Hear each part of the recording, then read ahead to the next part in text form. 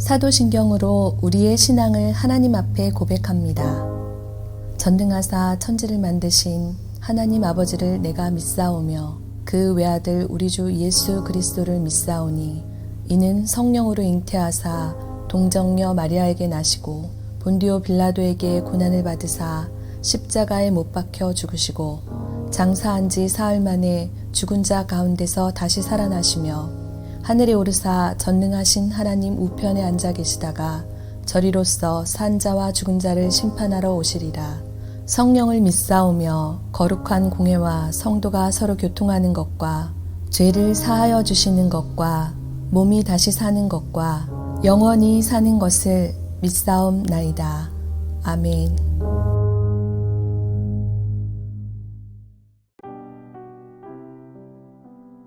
오늘의 말씀 레위기 21장 16절에서 22장 9절 말씀입니다. 여호와께서 모세에게 말씀하여 이르시되 아론에게 말하여 이르라. 누구든지 너의 자손 중 대대로 육체에 흠이 있는 자는 그 하나님의 음식을 드리려고 가까이 오지 못할 것이니라. 누구든지 흠이 있는 자는 가까이 하지 못할지니 곧 맹인이나 다리 저는 자나 코가 불완전한 자나 지체가 더한 자나 발 부러진 자나 손 부러진 자나 등 굽은 자나 키 못 자란 자나 눈에 백막이 있는 자나 습진이나 버짐이 있는 자나 고환 상한 자나 제사장 아론의 자손 중에 흠이 있는 자는 나와 여호와께 화제를 드리지 못할지니 그는 흠이 있은즉 나와서 그의 하나님께 음식을 드리지 못하느니라. 그는 그의 하나님의 음식이 지성물이든지 성물이든지 먹을 것이나 휘장 안에 들어가지 못할 것이요 제단에 가까이 하지 못할지니 이는 그가 흠이 있음이니라. 이와 같이 그가 내 성소를 더럽히지 못할 것은 나는 그들을 거룩하게 하는 여호와임이니라. 이와 같이 모세가 아론과 그의 아들들과 온 이스라엘 자손에게 말하였더라. 여호와께서 모세에게 말씀하여 이르시되 아론과 그의 아들들에게 말하여 그들로 이스라엘 자손이 내게 드리는 그 성물에 대하여 스스로 구별하여 내 성물을 욕되게 함이 없게 하라. 나는 여호와이니라. 그들에게 이르라. 누구든지 내 자손 중에 대대로 그의 몸이 부정하면서도 이스라엘 자손이 구별하여 여호와께 드리는 성물에 가까이 하는 자는 내 앞에서 끊어지리라. 나는 여호와이니라. 아론의 자손 중 나병 환자나 유출병자는 그가 정결하기 전에는 그 성물을 먹지 말 것이요 시체의 부정에 접촉된 자나 설정한 자나 무릇 사람을 부정하게 하는 벌레에 접촉된 모든 사람과 무슨 부정이든지 사람을 더럽힐 만한 것에게 접촉된 자 곧 이런 것에 접촉된 자는 저녁까지 부정하니 그의 몸을 물로 씻지 아니하면 그 성물을 먹지 못할지며 해질 때에야 정하리니 그 후에야 그 성물을 먹을 것이니라. 이는 자기의 음식이 됨이니라. 시체나 찢겨 죽은 짐승을 먹음으로 자기를 더럽히지 말라. 나는 여호와이니라. 그들은 내 명령을 지킬 것이니라. 그것을 속되게 하면 그로 말미암아 죄를 짓고 그 가운데에서 죽을까 하노라. 나는 그들을 거룩하게 하는 여호와이니라. 하나님의 백성으로서 모든 이스라엘 백성들은 거룩함으로 구별되어야 하지만 특별히 제사장은 이스라엘 백성들 중에서도 구별되어 하나님 앞에 거룩한 제사의식을 섬기는 사람들이기 때문에 더욱더 엄격한 잣대가 주어졌습니다. 17절입니다. 아론에게 말하여 이르라. 누구든지 너의 자손 중 대대로 육체에 흠이 있는 자는 그 하나님의 음식을 드리려고 가까이 오지 못할 것이니라. 본문을 보면 제사장의 직무를 감당함에 있어서 육체에 흠이 있는 자들의 직무 수행을 제한하는 것을 볼 수 있습니다. 육체의 흠에 대해서는 18절에서 20절에 나열하여 기록을 하고 있는데 그 종류는 맹인, 다리 저는 자, 코가 불완전한 자, 지체가 더한 자, 발이나 손이 부러진 자, 등 굽은 자, 키 못 자란 자, 눈이나 피부에 병이 있는 자, 성기에 병이 있는 자입니다. 이것은 마치 흠이 있는 제물을 하나님께 바치지 못하도록 하는 것과 같은 것입니다. 레위기 3장 1절입니다.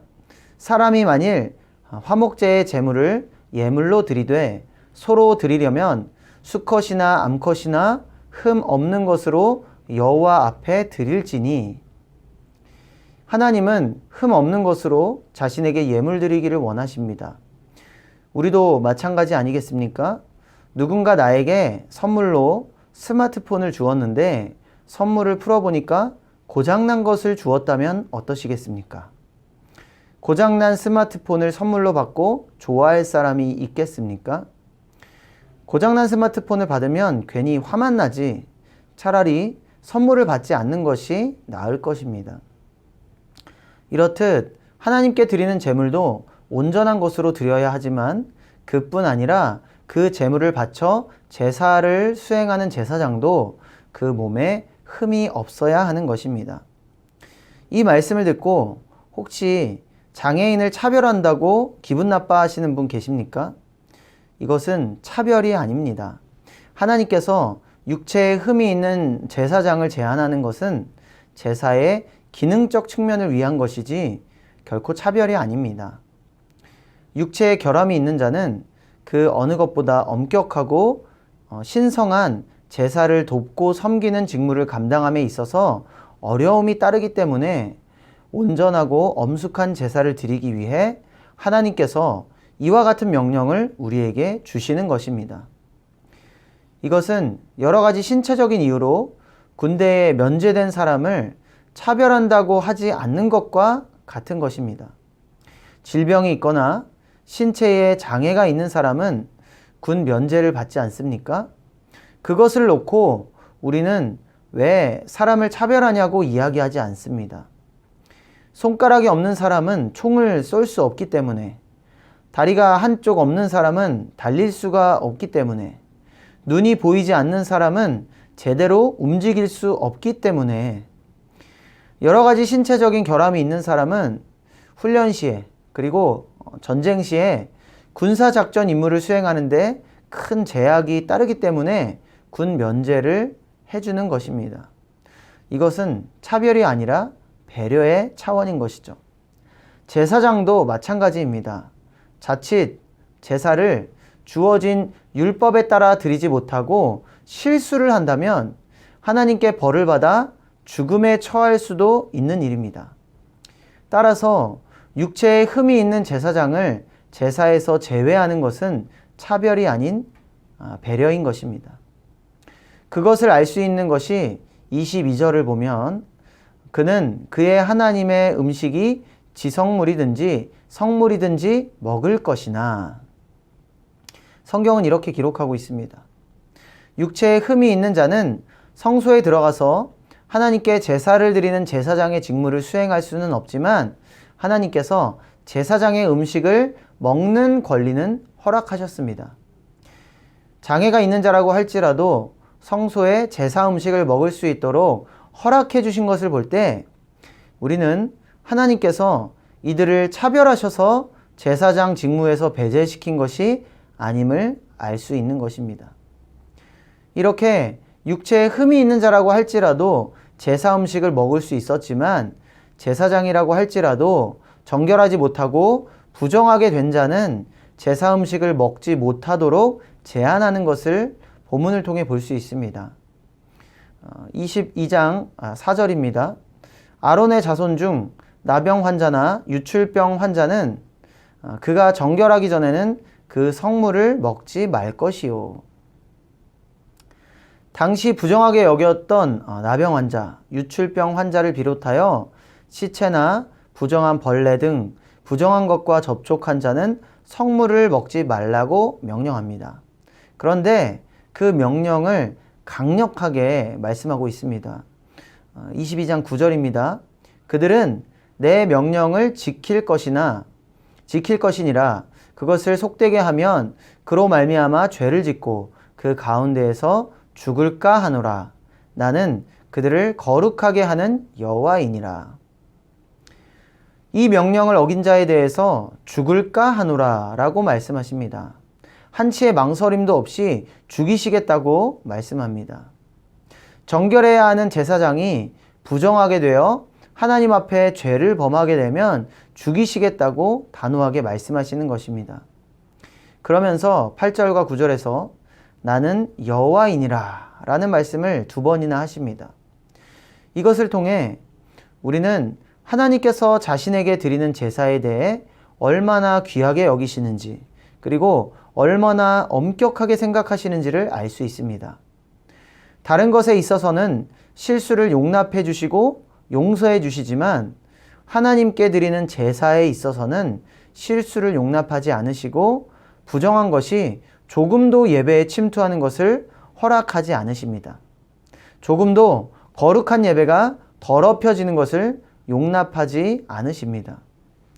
이것이 바로 우리가 예배를 신실하고 진실하게 그리고 온전하게 드려야 하는 이유입니다.